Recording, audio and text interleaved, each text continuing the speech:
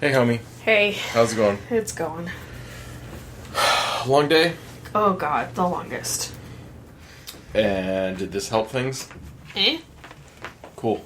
I'll take that. I don't rage hate this movie. I don't even really hate this movie. Alright, I'll take that as a win. So you like it? I didn't say that. That's what I heard. You liked this movie. Yeah, that's what you would hear.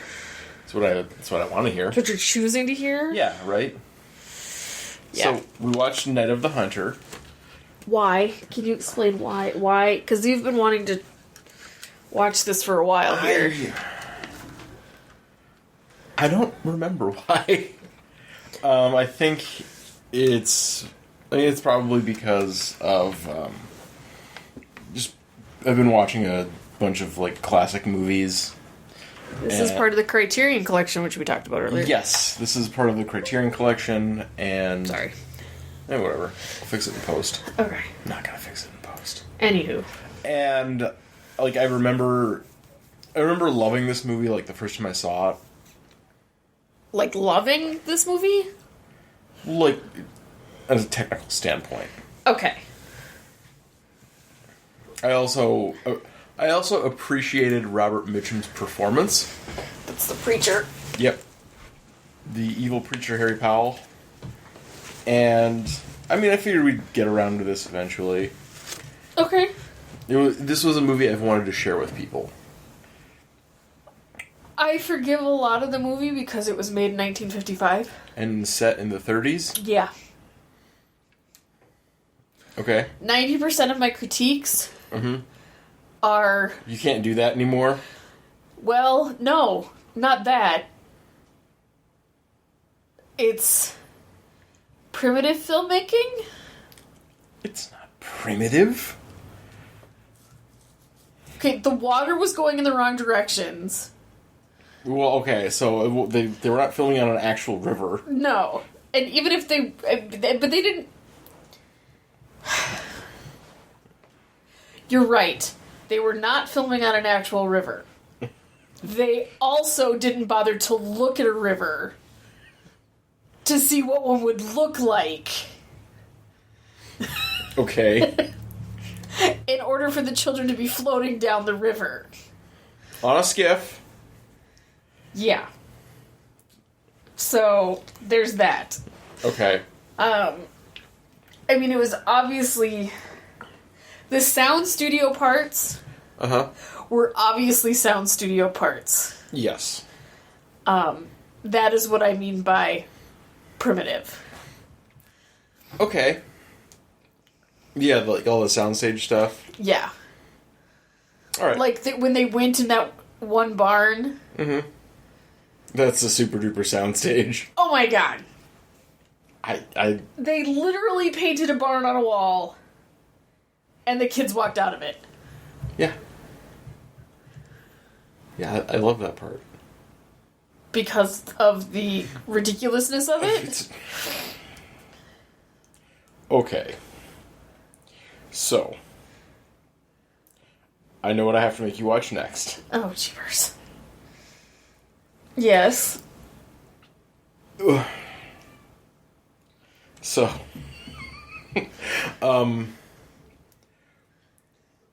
In the early days of filmmaking, like in the 20s, when the young aspiring filmmakers... Wait. So, was this made in 1955? Yes, it was made in 1955. But purposefully trying to make itself look like it was filmed in the 1920s? No. Oh. So that would have, like, made everything better. Oh, then yeah, that's what they were trying to do. Yeah, you already said no, so no. Hear me out. let me finish my thought. Filmmakers, in the leading edge of filmmaking, which was all of them at the point. Right. Oftentimes didn't have the budget to get, like, real studio lighting. So, and you didn't need to worry about color because everything was black and white. Right.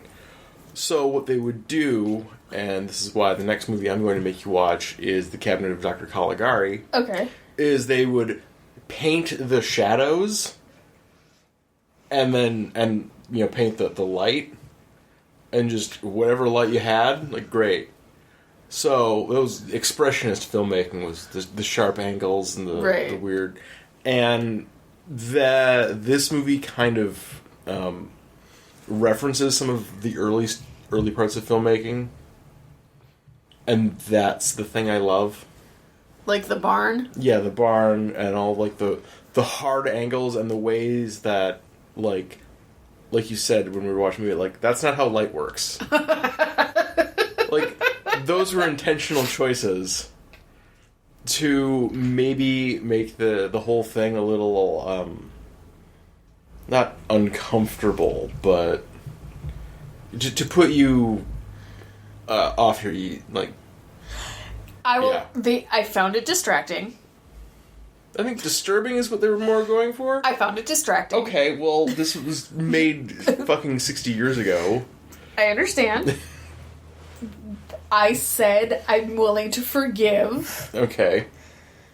Doesn't mean I have to like it. I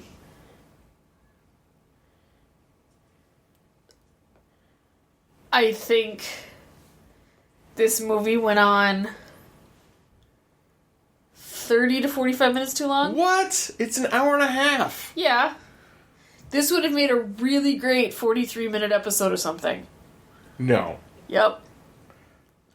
Like, maybe as a two-parter. Nope. Yeah. Nope. You're wrong.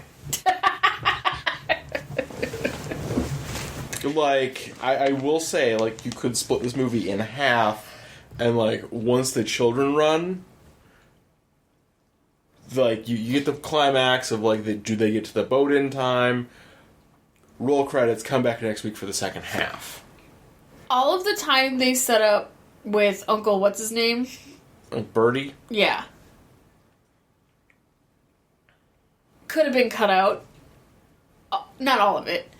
Talking about the skiff one time. Twice? No. Listen. One time would have been enough. So instead of running to find the drunk old man... He was only drunk because he found their murdered mother in the river. Right, which I found also unnecessary. I don't think that added to the story. Because I don't understand why the kids wouldn't have just run to the skiff to begin with. What was the point of that setup just to find him drunk on the floor, just to do what they should have done and were probably going to do anyway?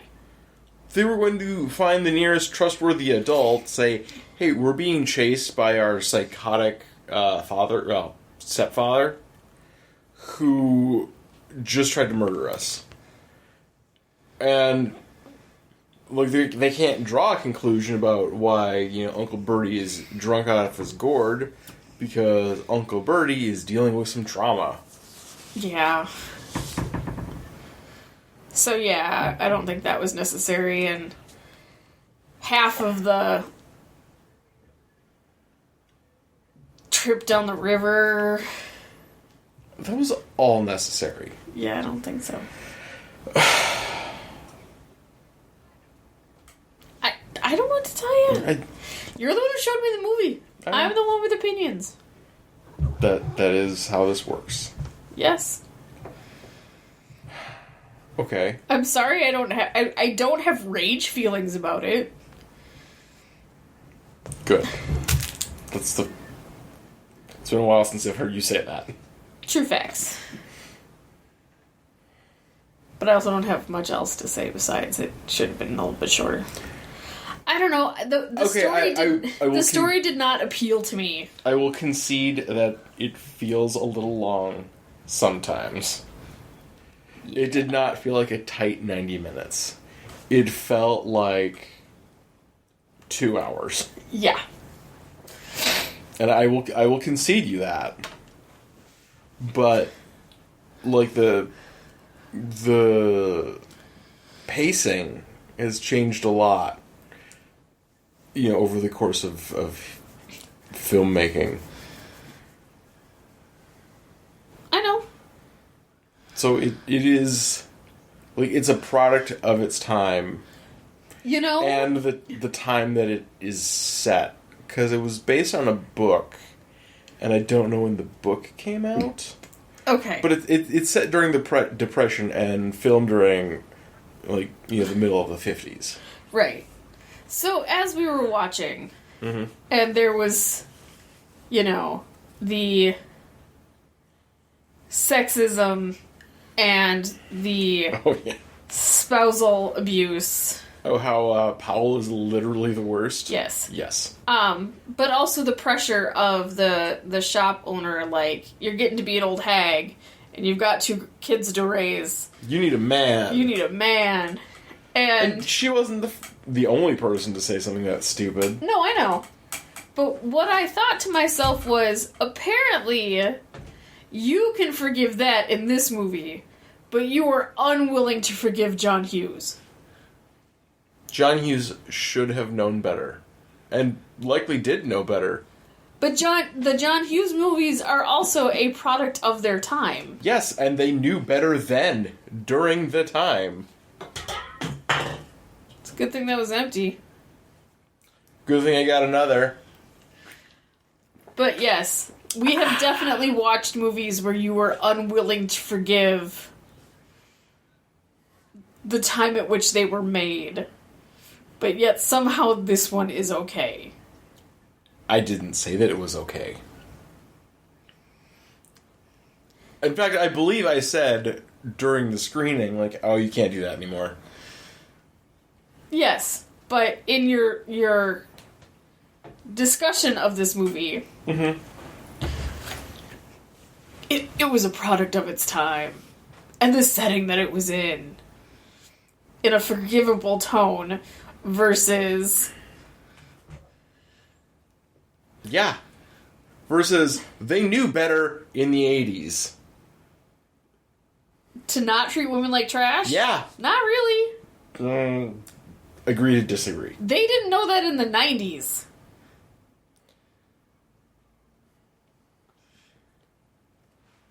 Now I'm trying to remember when different waves of feminism were. Okay, so we'll say that the first wave in America was the suffragettes. Okay, so this was maybe made during second wave. John Hughes at least came along by the third wave of feminism. So, yeah, they should have fucking known better. Yeah, I think this would have come just before the bra burners. Yeah. So, that matters. Okay. That's all I got. We drink for the guy from Biography. Peter Graves, yes. who played the kid's, like, real dad. Yep. Who murders 2 people and steals $10,000 at the beginning of the movie. What happens to all the money? Goes away. All of it that was recovered presumably goes back to the bank. Or... I still don't understand. To whomever it was stolen from. I still don't understand the kid. Which kid? The one who was not willing to give it up, but then once they arrested the bad guy, he's like, just kidding. Because he was having a flashback to when they arrested his dad. Is that what that was? Yes. Oh. So he was, like, reliving a previous trauma. Like, almost exactly when you break it down, like, for the shot. Surrounded by cops, weapon in the air, gets his arm twisted, down on the ground. I mean, that's the last the kid saw of his dad. True. Who was getting arrested and hauled off. Harry Powell, who is a monster in this movie, yep, was super charismatic.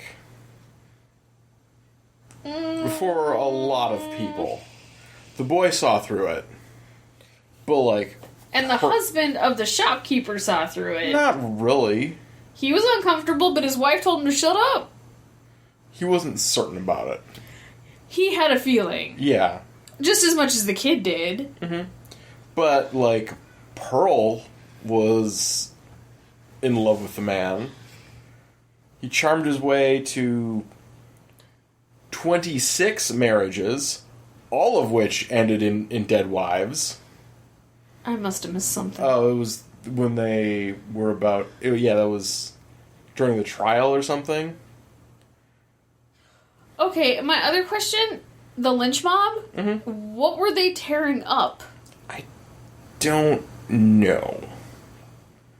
It's a lynch mob. I think, like... But they were, like, taking pieces of wood out of a place? I don't understand. I guess. I would rewatch that scene. Try to figure that out. Yeah, I couldn't understand what was going on. I mean, I understand the lynch mob. That part I got. But I didn't understand the setting. Why did the lynch mob get set off by seeing the kids at the diner?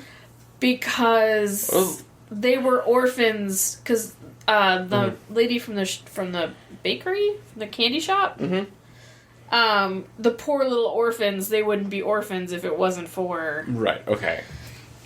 And Mama Cooper was just trying to keep them out of... Yeah. Like, they'd been through enough. Mm-hmm.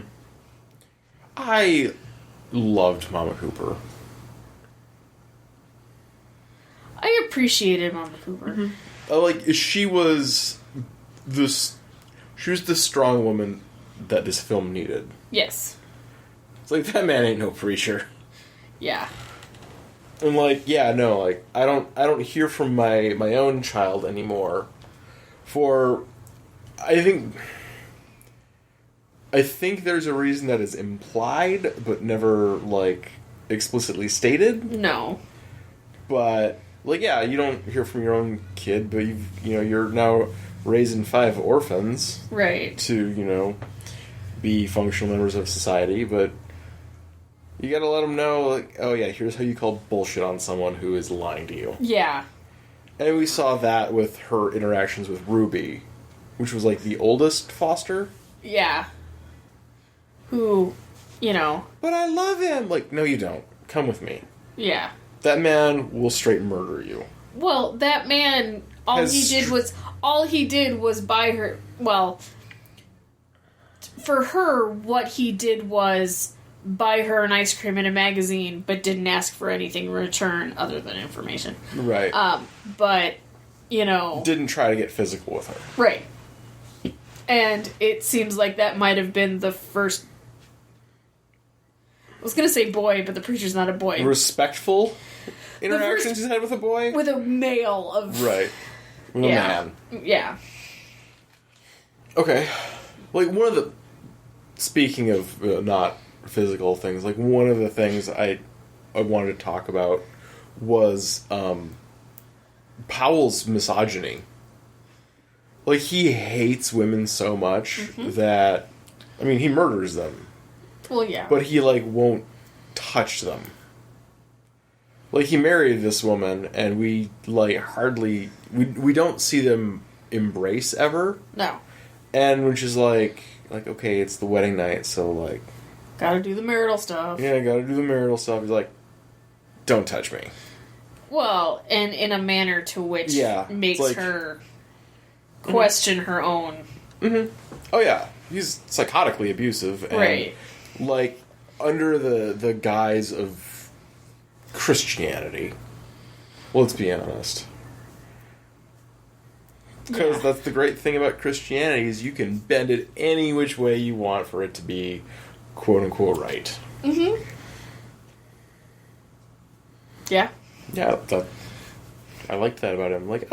He's an awful person and a preacher, but mostly he's an awful person. He is not a preacher. He is a con man. He's a preacher? He's a con man. There's a difference. Not really. Does he exist to put other people down and swindle them from their money? Yes. And and preachers do exactly the same thing. Okay. Let's make you feel bad about, being human and give me your money. He is a con man, and his long con is based on using religion. Listen. Jeepers. There are preachers that are not in it to con people out of their money. That is the difference. I would respond to that with, they don't think or even believe that that's what they're doing. But then I would say that is the actual distinction. The con man is taking advantage of the religious, and that, right. I mean, and that goes for televangelists and all that other faith stuff. Healers, all that garbage. Yes, but I would say your average, everyday preacher, you know, at your corner church, which there are a lot of them. There are not out for themselves to take the money. And that's why they're in it. I understand your feelings about religion. Oh. Which is fine, because I also don't think organized religion is good. However, I think you seriously need to acknowledge the intentions behind it. Okay. Because his was an intentional harm. And, you know, the preacher at the Methodist church I went to was not out to harm anybody. It was to be within their faith, be within people of their faith, and talk about their faith together. Okay. The money we raised was to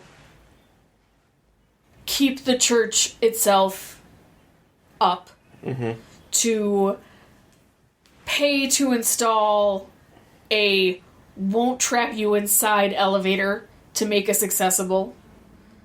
And, you know, I had to pay our minister's salary. It wasn't a long con to enrich the minister. Okay. And as much as I will not defend religion, I think that you have to acknowledge the distinction between the two. One is in good faith. No pun intended. One is intentional and systematic and 100% purely selfish. Okay. Is it possible that the latter group thinks that they sincerely believe that they're doing the right thing? My church? No, like... He obviously wasn't. Like, I think he did think he was doing the right thing. When he was talking to himself, or rather to God, he was alone much of the time. I don't get the sensation that con men will play the part when they're alone.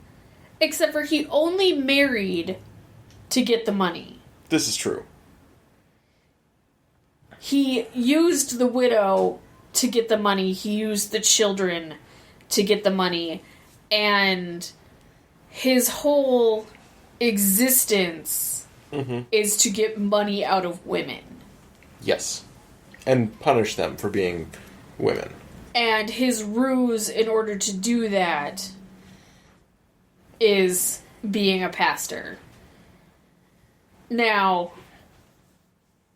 I also, in how he spoke to God, in air quotes, he was very much thumbing his nose at God. I believe he said, like, I'm doing your work. I don't think he was sincere. I think he was on the road a lot by himself and probably talked to himself a lot, and in so justifying his actions by talking to God. Okay. It also was a device plot that moved the story along. Okay, yeah.